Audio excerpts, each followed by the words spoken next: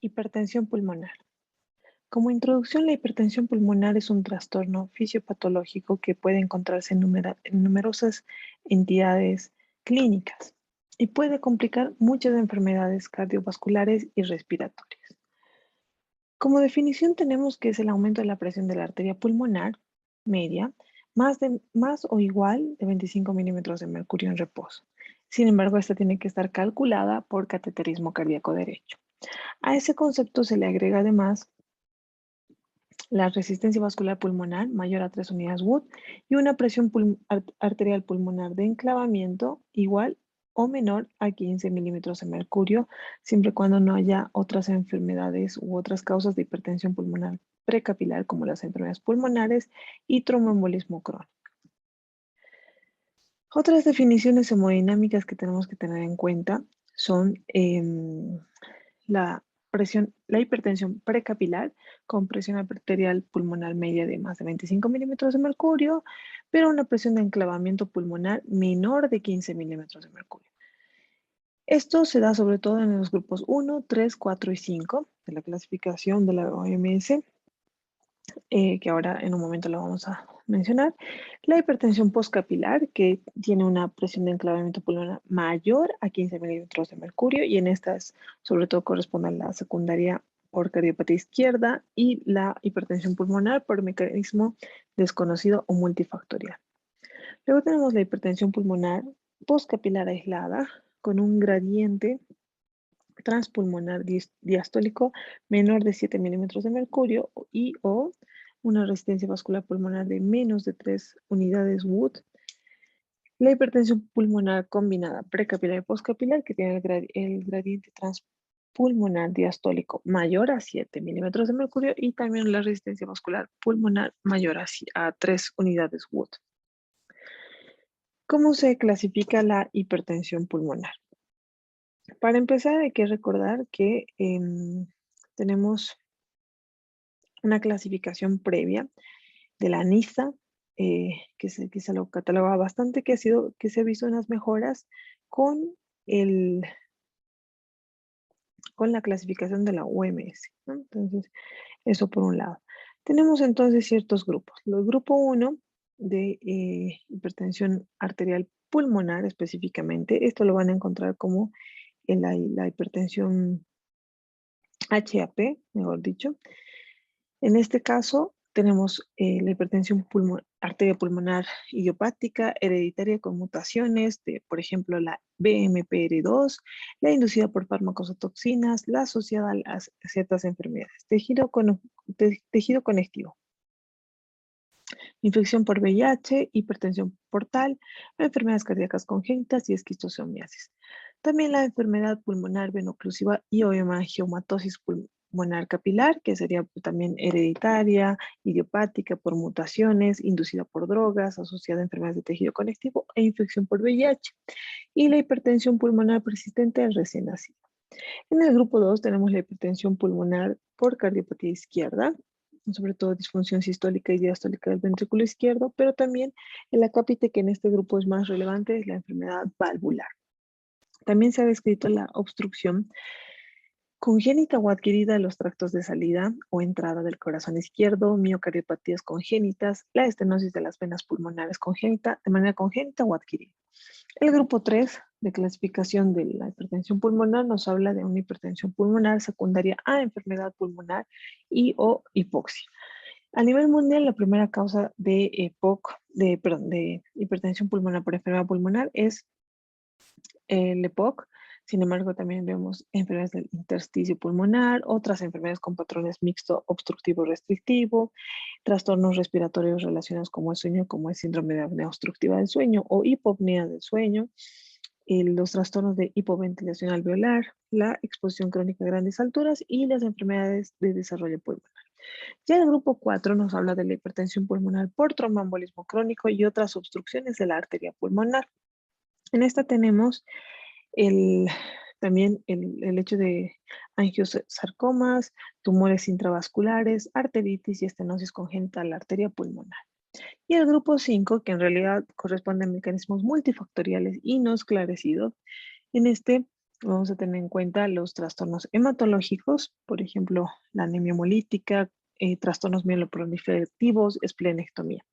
Los trastornos sistémicos como la sarcoidosis, linfangioleumiatosis, histiocytosis pulmonar, por ejemplo, y otros trastornos metabólicos como la enfermedad por almacenamiento de glucógeno, enfermedad de Gaucher y trastornos tiroideos. Y por último, otros que también se mencionan como misceláneas, microangiopatía trombótica tumoral pulmonar, obstrucción de origen tumoral, mediastinitis fibrosante, insuficiencia renal crónica, ya sea que tiene o no diálisis, y la hipertensión pulmonar segmentaria, ¿no? Según la clasificación de las últimas guías de la ESC del 2015. Ya para empezar, hablamos entonces de la hipertensión arterial pulmonar, que es la del grupo 1. En realidad, este es el grupo que más ha tenido avances en cuanto al tratamiento. Se ha hecho bastantes estudios con este, antes denominado hipertensión arterial pulmonar primaria, que tiene obviamente que enfocarse a nuevas terapias y el objetivo inicial del tratamiento a nivel mundial por este tipo de patologías. Entonces, ¿qué tenemos? Por un lado, que la base fisiopatológica está en relación al aumento de la resistencia vascular pulmonar, ¿no? Que también la tenemos que medir. Es la enfermedad vascular hipertensiva de las arterias de pequeño tamaño y también de las arteriolas pulmonares. Y si bien afectan múltiples factores celulares y moleculares, que en realidad van a dar lugar al remodelado vascular pulmonar, tenemos que tener en cuenta que hay ciertos pilares: la vasoconstricción, la proliferación celular, la trombosis y los factores inmunitarios e inflamatorios. Entonces, el origen en sí de la hipertensión arterial pulmonar es desconocido, pero se ha podido valorar ciertas teorías, ¿no? En relación a la predisposición genética, por un lado, que podría ser por ciertos genes y alteraciones, sumado a factores de riesgo como el VIH, hipoxia, trombosis, inflamación, entre otros. Tenemos que hablar de la injuria vascular inicial, donde hay proliferación y disfunción endotelial inicial. Esto va a dar lugar, esta injuria y esta disfunción endotelial, a que haya mayor inflamación, activación plaquetaria, aumento de citoquinas, de serotonina, de el factor, el, del factor, del factor de crecimiento derivado de plaquetas también, y del péptido intestinal vasoactivo, ¿no? Entonces, hay un desbalance entre la vasoconstricción y vasodilatación.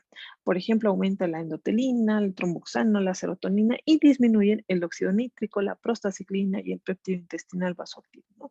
Generando este desbalance un predominio en la vasoconstricción y proliferación endotelial. Ya de hecho, la injuria va a dar lugar a la hipertrofia del músculo liso vascular, ¿no? Y la trombosis in situ, inflamación. Todo esto se ve asociado a la hora de encontrar un remodelado vascular pulmonar, ya sea inicial o incluso en progresión.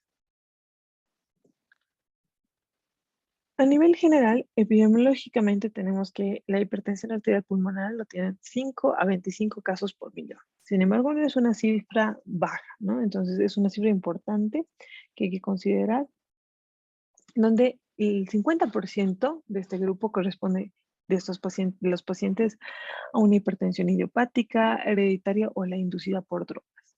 En la clínica podemos tener pacientes asintomáticos, que pueden ser totalmente asintomáticos, pueden tener síntomas inespecíficos, y recordemos que estos pacientes además o tienen enfermedades pulmonares o cardiovasculares, ¿no? Entonces, tenemos que esperar más o menos unos 2 a 3 años de inicio de síntomas de los pacientes que han cursado con hipertensión pulmonar, y puede que en estudios como screenings los encontremos, ¿no? De todas formas, los síntomas como tal van a ser la disnea de esfuerzo, el dolor, puede haber dolor torácico, fatiga, síncope y en algunos casos se ha descrito hemoptisis. El examen físico como tal nos habla de un reforzamiento del segundo ruido en el componente pulmonar, sobre todo un soplo sistólico de insuficiencia tricuspidia en el foco tricuspidio, maniobra de Rivero-Carvalho positiva, y podemos hablar de distensión abdominal, distensión venosa yugular, hepatomegalia, edema y ascitis, ¿no? Como falla cardíaca. Se puede clasificar de manera funcional la hipertensión pulmonar según la OMS, muy similar, sinceramente, a la clase funcional de la New York Heart Association, ¿no? Porque la clase 1 de estos pacientes tienen hipertensión pulmonar, pero sin limitación de actividad física. La clase 2 ya hay una leve limitación de actividad física, pero en reposo no genera ninguna molestia. La clase 3 tenemos una ya marcada limitación de la actividad física, sin limitación en reposo. La actividad física va a generar disnea, fatiga y dolor torácico o presíncope incluso. La clase 4 tenemos que es pacientes con hipertensión pulmonar, pero la incapacidad para llevar a cabo cualquier actividad física sin tener alguna molestia, ¿no? Y sobre todo incluso llegan a hacer falla cardíaca derecha, síncope, disnea y fatiga, como lo hemos mencionado, ¿no? Entonces, es la clasificación. También tenemos los estudios complementarios y en estos tenemos que tener en cuenta que, por ejemplo, la radiografía de tórax lo que tendremos que buscar es una dilatación de la arteria pulmonar marcada en el segundo arco del borde izquierdo de la silueta cardíaca, datos como un cardiomegalia, expensas de crecimiento de la aurícula derecha y del ventrículo derecho. En el electrocardiograma, lo que podríamos llegar a encontrar es primero una desviación del eje a la derecha, ver ondas P prominentes, hipertrofia de ventrículo derecho o criterios electrocardiográficos, mejor dicho, de hipertrofia de ventrículo derecho, como por ejemplo una onda R mayor a la S en B1 y B2, o sea, una fórmula de R sobre S mayor a 1, que podría ser entre otros. La ecocardiografía como tal nos ayuda para ver en sí la insuficiencia tricuspidia, el reflujo tricuspidio, si es que hubiera patologías cardíacas en las que, por ejemplo, las cardiopatías congénitas, en que también hay que considerar eso como causa de hipertensión pulmonar. También podría haber insuficiencia cardíaca por cualquier otra cardiopatía como tal, y la presión arterial pulmonar sistólica se considera más de 50 milímetros de mercurio para decir hipertensión pulmonar. Sin embargo, si ya hay datos de crecimiento de ventrículo derecho, podemos tener una presión pulmonar de 36 a 50 milímetros de mercurio. Y por último, el cateterismo, bueno, en cuanto a los exámenes básicos, el cateterismo cardíaco derecho, mediante catéter de Swan-Ganz, que en realidad lo que va a hacer es confirmar el diagnóstico de hipertensión pulmonar. Va a evaluar la respuesta a vasodilatadores, eh, podemos valorar la reactividad vascular del territorio vascular, si es susceptible o no a terapia de bloqueadores, y para considerar el diagnóstico diferencial de otro grupo de pacientes, ¿no? De hipertensión pulmonar. También podríamos hablar de realizar la angiotomografía, que en realidad nos valoraría la enfermedad tromboembólica pulmonar, incluso otro tipo de neumopatías que se van a poder ver en la angiotomografía. Sin embargo, no va a sustituir la gamografía pulmonar, también llamada cintigrama pulmonar, ¿no? Ventilación perfusión, que va a descartar si es una enfermedad tromboembólica crónica, eh, ya que tiene un valor predictivo negativo bastante alto. Entonces, eso. Ya en el tratamiento tendríamos que enfocarnos a la fisiopatología, por lo que hemos mencionado que se ve alterado a nivel de las prostaciclinas. Aquí tenemos el epoprostenol, que es una prostaglandina endovenosa, el iloprost, o también el treprostinil, que son prostaglandinas nebulizadas. También hay del treprostinil subcutáneo, que podríamos encontrar como parte de tratamiento. Luego tenemos la vía del óxido nítrico, donde usamos los inhibidores de fosfodiesterasa 5, el sildenafil, perdón, aquí, y el taldalafil, ¿no? Entonces, recientemente se ha aprobado el estimulador de guanilato ciclasa, que es el río Siwat, que también podría ser considerado. Y por último, la vía de los antagonistas de receptores de endotelina, como el bocetam, ambricetam, macicetam, ¿no? Macitentan. Entonces, tenemos esto. Ya para hacer el diagnóstico de hipertensión arterial pulmonar, sí sería bueno seguir un orden, ¿no? Primero hacer una historia clínica adecuada, tomar los signos y síntomas adecuados. Se puede hacer un screening, por ejemplo, en pacientes que se van a operar, entonces en ellos es incluso un hallazgo incidental.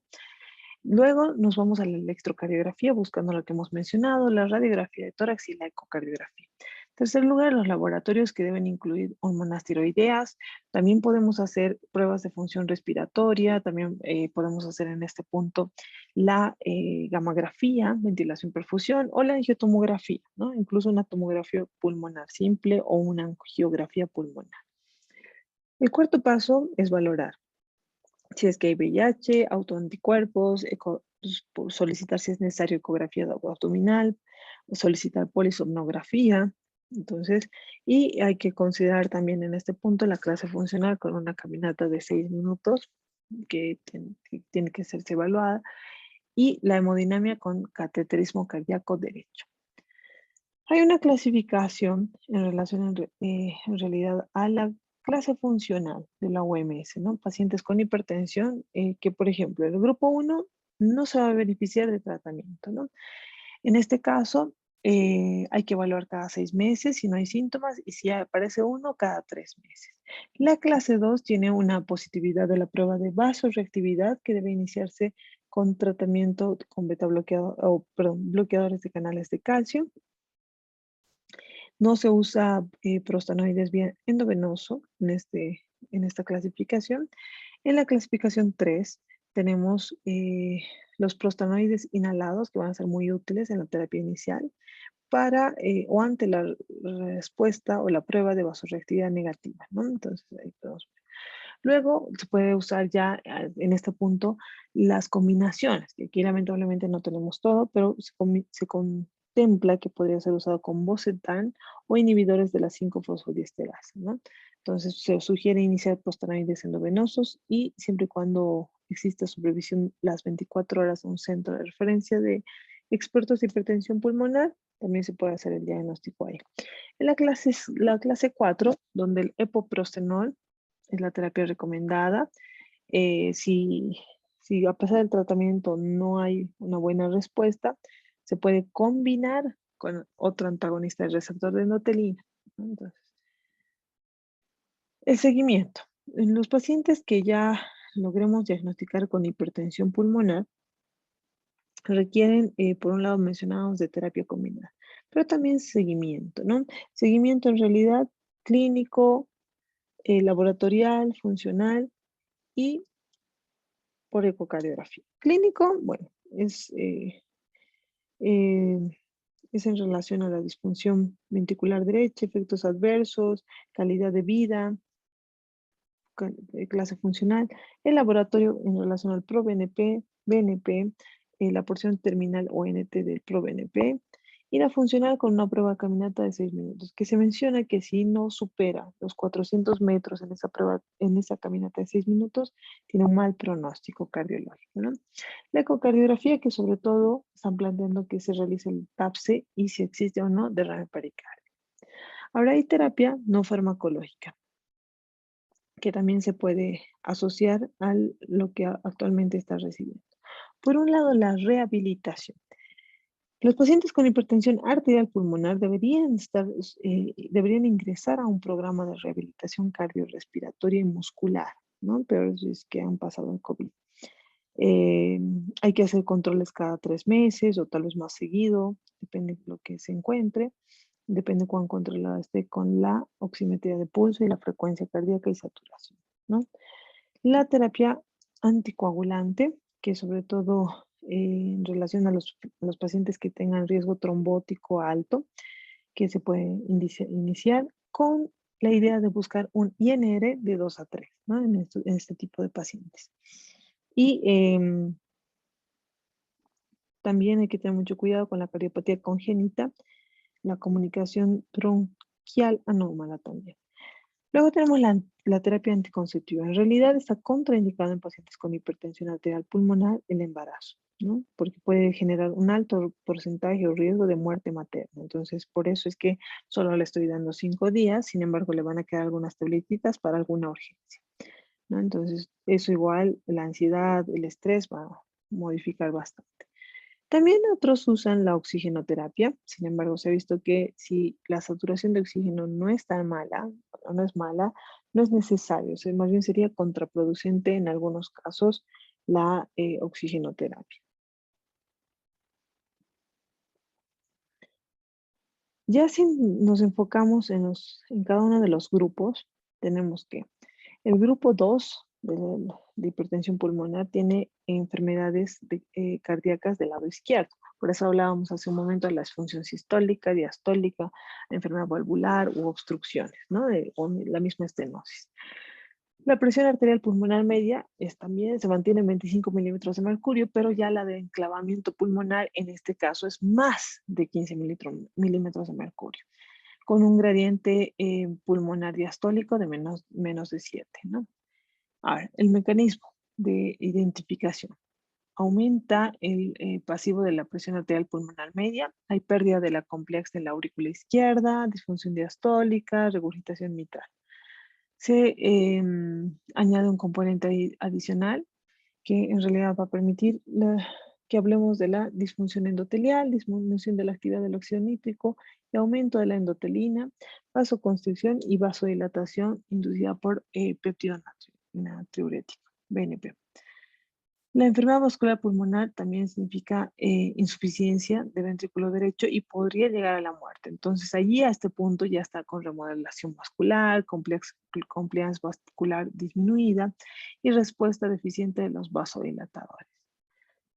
Ahora, para el diagnóstico importante del grupo 2, el hecho de los pacientes más de 65 años puede ser un factor de riesgo con alteración cardíaca estructural, ¿no? Agrandamiento de la aurícula izquierda, del septo interauricular hacia la izquierda, su abombamiento, disfunción sistólica del ventrículo izquierdo, hipertrofia concéntrica del ventrículo izquierdo y aumento de masa, ¿no? En el electrocardiograma esperamos encontrar hipertrofia del ventrículo izquierdo y de aurícula izquierda, puede haber fibrilación auricular, bloqueo de rama izquierda y ondas Q. Ya los síntomas, tenemos que aumenta la relación E' y anormalidad, y hay una anormalidad mayor del flujo de la válvula mitral, ¿no? En realidad, también podemos ver otras cosas en este nivel, líneas B de Kerley, derrame pleural y edema pulmonar, entre otros. También la hipertensión arterial pulmonar idiopática podría ser. Las características en realidad del síndrome metabólico, que es lo que más revisamos, es que hay ausencia de disfunción del ventrículo derecho, muesca mesodiastólica del flujo de la arteria pulmonar y derrame pericárdico. Ya el tratamiento de este grupo es sobre todo reparación de valvulopatías, tratamiento de la insuficiencia cardíaca, sobre todo si hay disfunción sistólica, vasodilatadores inespecíficos como la hidralazina y los nitratos y manejar los factores también de riesgo, ¿no? Cardiovascular que podríamos tener. Después, la identificación y manejo de otras condiciones también como parte de medicina, ¿no? Entonces, bueno. La hipertensión pulmonar del grupo 3, que está en relación a enfermedad pulmonar y o hipoxia, tenemos también la presión arterial pulmonar media de más de 25 milímetros de mercurio. Aquí la presión de enclavamiento pulmonar está a menos de 15 milímetros de mercurio y la resistencia vascular pulmonar es 3 unidades Wood, ¿no? Entonces, ya se nos complica un poquito más. Sin embargo, la idea es identificar este grupo. Entonces, es por hipoxia, hemos mencionado, y enfermedad pulmonar. EPOC, enfermedad pulmonar intersticial, otras enfermedades con patrón mixto o restrictivo, trastornos respiratorios en relación al sueño, como el síndrome de apnea y hipopnea del sueño, trastornos de hipoventilación alveolar, exposición crónica a grandes alturas y enfermedades del desarrollo pulmonar. El diagnóstico en realidad se basa en los signos y síntomas, que si bien pueden ser no tan claros, como habíamos mencionado en el grupo 1, que es muy similar al resto igual de estudios, tenemos la disnea de esfuerzo, también una baja del dióxido de carbono, de la presión arterial de dióxido de carbono. En la ecocardiografía podríamos considerar los datos de hipertensión pulmonar también y se va a valorar cuán grave está, si es que encuentra eso, el que va a realizar, y nos vamos al cateterismo cardíaco derecho también, que nos va a permitir evaluar el trasplante cardíaco, hipertensión pulmonar grave y la evaluación pronóstica. También el cateterismo cardíaco derecho nos habla de la disfunción del ventrículo izquierdo por la presión del enclavamiento pulmonar, alteración progresiva, como dice, del intercambio gaseoso también. El tratamiento en estos pacientes está sobre todo dirigido en clase 1, estos 3 primeros, pero con un nivel de evidencia C, no es tan alto, ¿no? Pero sin embargo podríamos acercarnos con el tiempo. Uno, la ecocardiografía, que va a dar lugar a sospecha de la hipertensión pulmonar en pacientes con enfermedad pulmonar, derivación del centro, también es una indicación adecuada, sobre todo en un lugar que tenga ecocardiografía o disfunción, o se trata de disfunción del ventrículo derecho o hipertensión pulmonar grave. También el tratamiento óptimo de la hipertensión pulmonar subyacente, oxigenoterapia en pacientes con hipoxemia crónica. Hasta ahí es todas las clases funcional, clases 1C, ¿no? Pero ya sobre la derivación a centros especializados de pacientes con hipertensión pulmonar grave, em, para el tratamiento individualizado tenemos una clase de evidencia 2A. El cateterismo cardíaco derecho no se recomienda en ciertos sospechosos, excepto que se esperen resultados como trasplante, diagnóstico alternativo, ingreso en protocolo de ensayos clínicos. El grupo 4, con enfermedad tromboembólica y otras obstrucciones de la arteria pulmonar, que en realidad esas otras obstrucciones es el angiosarcoma, tumores intravasculares, arteritis, estenosis congénita de la pulmonar y parasitosis como hidatidosis, ¿no? Que pueden generar obstrucción en la arteria pulmonar. El diagnóstico en realidad se hace en base a sus signos, síntomas y la historia de hipertensión pulmonar. Si existe la posibilidad de realizar la ecocardiografía, perfecto, ¿no? Entonces, para seguir al siguiente paso. La probabilidad de que se mantenga la hipertensión pulmonar alta, ¿no? Y la gamografía, ventilación, perfusión con defectos de la perfusión incompatibles. Aquí hay una posible hipertensión pulmonar tromboembólica crónica, referida al centro especializado de la hipertensión pulmonar, la angiotomografía a realizarme, cateterismo cardíaco derecho y angiografía pulmonar. Pero no se va a evidenciar si es que hay hipertensión pulmonar tromboembólica crónica descartada y el proceso y pruebas de diagnóstico son para la hipertensión pulmonar y la arterial pulmonar, ¿no? Entonces tenemos eso. Y el tratamiento en este grupo se basaría sobre todo en dos pilares. Uno, quirúrgico, retiro de los coágulos, endarterectomía pulmonar bilateral o dilatación de las arterias con balón, que ese también es otro tipo de procedimiento. Y los fármacos. Los fármacos en realidad más va a servir la anticoagulación. Podría llegar a ser con warfarina, aunque no es un medicamento estable, que tome 2 los días que le tocaba el otro y 1 en la noche. ¿Ya? Esto va a bajar lentamente. En ese paciente la cirugía no va a ser accesible, está pensando en las comorbilidades, pero la hipertensión pulmonar obviamente sigue existiendo, ¿no? Otro fármaco que también se ha mencionado, pero no sé si hay aquí, es el Riocicuat.